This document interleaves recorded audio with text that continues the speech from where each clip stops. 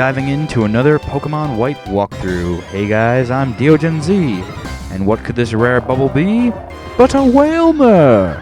Awesome. That is pretty cool. I have not raised a Wailmer since my Pokemon Emerald game. No, scratch that. Pokemon Sapphire game, when I had to solve the puzzle for the Regirock, Registeel, Regice Pokemon. I don't know if you guys remember that, but it was an elaborate puzzle, and I remember that it involved raising a Wailord at level 40-something and bringing it to the Undersea Temple. So today, we ourselves will be diving back into the water. And it looks pretty freaking awesome down here. Although, your movement patterns are quite linear. Yep, it's basically a spiral staircase straight down to the Undersea Ruins here. And we are getting warned that we only have a few steps. And this here, that is in cuneiform. That's right, if you search up cuneiform, which is Cuneiform. Actually, I may be spelling that wrong. Actually, there may not be an E in there at all. Don't listen to me, I can't spell. But it's an actual ancient language, and you can look up the alphabet, and the idea is to transcribe that. But since this is a walkthrough, and I really don't have all the time in the world to sit there with a pen and paper, just because I'm kind of pressed for time and I have my own things to do, unfortunately I cannot be solving the puzzles of the Undersea Ruins today. But I will tell you this, even though it looks kind of very random right now, there is a method to that cuneiform madness. And if you follow what it says on the walls, you'll be able to find your way through this maze and get all the items in it. Now note, all these text messages that keep popping up are warnings to us that we're going to get kicked out of the Undersea Ruins. Uh-oh. I guess it's getting closer. So we only have a few steps to go through this, and apparently there's no wild Pokemon down here. That's a big disappointment. And now prepare for my epic rant of dive. And basically, I don't know if this is true. I'm going to assume it is because all the research that I've done has not shown that there's any other point in Pokemon Black or White that you could dive in other than the Sazanami Bay, which we're in right now for the Undersea Ruins. What is the point of bringing back dive if you're only going to have 4 points in the entire game that are essentially the same point? Well, okay, it's not the same point. I mean, each different spot in the ocean here. This is just the first one. Let's just get a rappel going here. Or, no, I just want to see. So this is some of the items. These are some of the items we got. Statue, Arceus plates. And you can get different items in the different spots in the water. So, you know, it's definitely not exactly the same. But why would you bring back dive if all you're going to do is have it implemented one time in the entire game?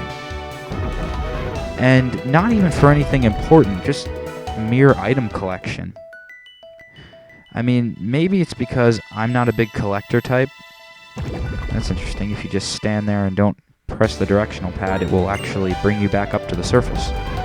Interesting. But I'm not a big item collector. Maybe it would be more enjoyable if I was. I don't know. But see, even this, the fact that I can't go around on the sea floor and explore, that is really annoying. You know, you're showing off these cool 3D effects, but you're not fully using them, Nintendo. Okay, so what? You have an awesome-looking bridge. Big whoop-de-doo. Alright, it's just another crossing. Essentially, I didn't need anything but a plain route. Yes, it's aesthetically pleasing, and yes, it's nice to see these underwater ruins, but if that's all you're going to do, why even bother bringing back the dive HM? It's just senseless to me. Now, here's something that I could have foreseen happening, and maybe in Pokemon Gray, the unofficial title for the third iteration of Pokemon that I deemed, maybe, here's just a theory, or what I would like to see happen. You know when you see the credits, how Reshiram or Zekrom flies off into the distance? Well, wouldn't it be cool if as he was flying off in the distance, it zoomed in closer to them, and then they either sparked or flared up, depending upon which Pokemon they were, Zekrom or Reshiram, and erupted into a giant ball of electricity or fire, and then sank into the ocean. Okay, and then it just left it at that, bubbling sea, and then ended it on that note. Then, later on, you would come to these ruins here, the Sazanami Bay ruins, and you would explore here, and not only would you be able to find some pretty cool items, but if you followed all the cuneiform transcriptions correctly, you would be able to find your way to Reshiram or Zekrom, the other legendary dragon Pokemon that you didn't get to capture that N originally had. Wouldn't that be cool to find him in a secret underwater pocket in the ocean as you dived and explored these ruins? Because for me right now, honestly, I am never going to come back here again. And it's not just because I'm playing the Japanese version. Oh no. I may come back here once more just to check it out in the English version. But I cannot foresee myself going back time and time again to collect all the items. It's just not that entertaining to me. That's not a big enough pull for me to want to come back to these useless, pointless ruins here just to find items. I'm sorry, Nintendo, but I think that you really implemented dive here very poorly. I mean, I know that this was based off of America, and if so, then theoretically you should have been able to dive on the Atlantic and Pacific coast. You know, and that would be, I guess, this is the east part of the Issuh region, and the west side would be near, I guess it would be near Fukiosa. So, honestly, I think this was just a big missed opportunity here, and it's almost like you're laughing at me, Nintendo. You're laughing in my face. You're saying, look at this cool feature that we brought back into the game. But guess what? You're not going to be able to use it again. Ha ha ha ha ha. That's what it feels like to me. A big kick in the crotch. So, that's pretty much my rant, and I don't know what you guys think. So post your comments below. I'd love to hear what you have to say, maybe ideas for future diving points. I highly doubt that Nintendo's out there looking at people's videos of white walkthroughs or black walkthroughs or any other Pokemon video for that matter and taking seriously the suggestions of anyone. But if they were, I would highly suggest to Nintendo that they get dive fixed. It's not like the move is broken. The move works fine.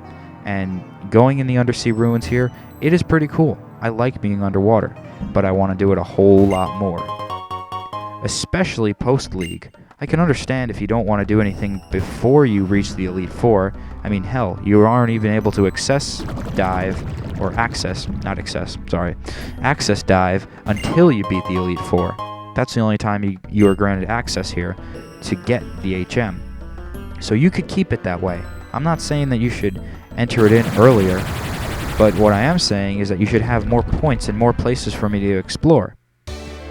I'm an adventurous type of person, and to have such a cool move be so dumbed down by just a lack of area to explore, and this is pretty cool, Mantike, so you can get yourself a Mantine here, but given such a poor area of exploration, you know, I complimented you before, Nintendo, saying that you didn't force us into any specific style of gameplay. And that's true. You can really partake in this Pokemon adventure any way you want to. But I still feel limited when the only place I can dive is this Undersea Ruins. And what am I going to find in there? But just stupid items, you know? It's pointless to me. And, you know, whatever. If that's all you got, it's really disappointing. I'm definitely going to bring that about in my review when I do it, but, wow, way to drop the ball. Yep. So that's my rant. And this should be, I guess, the last point where you get to explore the Undersea Ruins. And see, it's not like these Undersea Ruins are even that hard to create. It's just a big, jagged maze. And I'm sure that in the future there will be maps and such that you can access online, and also in strategy guides if you choose to purchase them. But that takes the fun out of transcribing the cuneiform, which, that is one thing I will compliment them on, is adding an ancient language or an ancient alphabet that is actually real. I think that's pretty cool. And that part of it I really like. I really like that they did that. I'm actually surprised that they didn't go with the Unown alphabet, which, that would have worked just as fine. But I think that cuneiform is a lot more difficult to transcribe. This way it'll force the player to go out and research. I think that's really cool. I like when Pokemon grabs real elements from real life and, brings it in and makes you have to actually think about stuff. I think that's awesome. Just because I'm skipping it now doesn't mean I think it's stupid. I think that's probably the highlight of the Undersea Ruins here, is transcribing the cuneiform. But these ruins, look at it. It looks so similar. If I didn't read and if I didn't research the fact that there's actually a method to this madness here, I would have thought that these were just randomly generated ruins. But that's not the case. So, unfortunately, that is the last of the dive HM that we'll be seeing in this walkthrough. If I missed somewhere, please don't hesitate to tell me, although don't berate me with the same comment. One will suffice, and on the next episode of my Pokemon White walkthrough, we'll be back on land and done with the sea for now, and heading on to Route 14.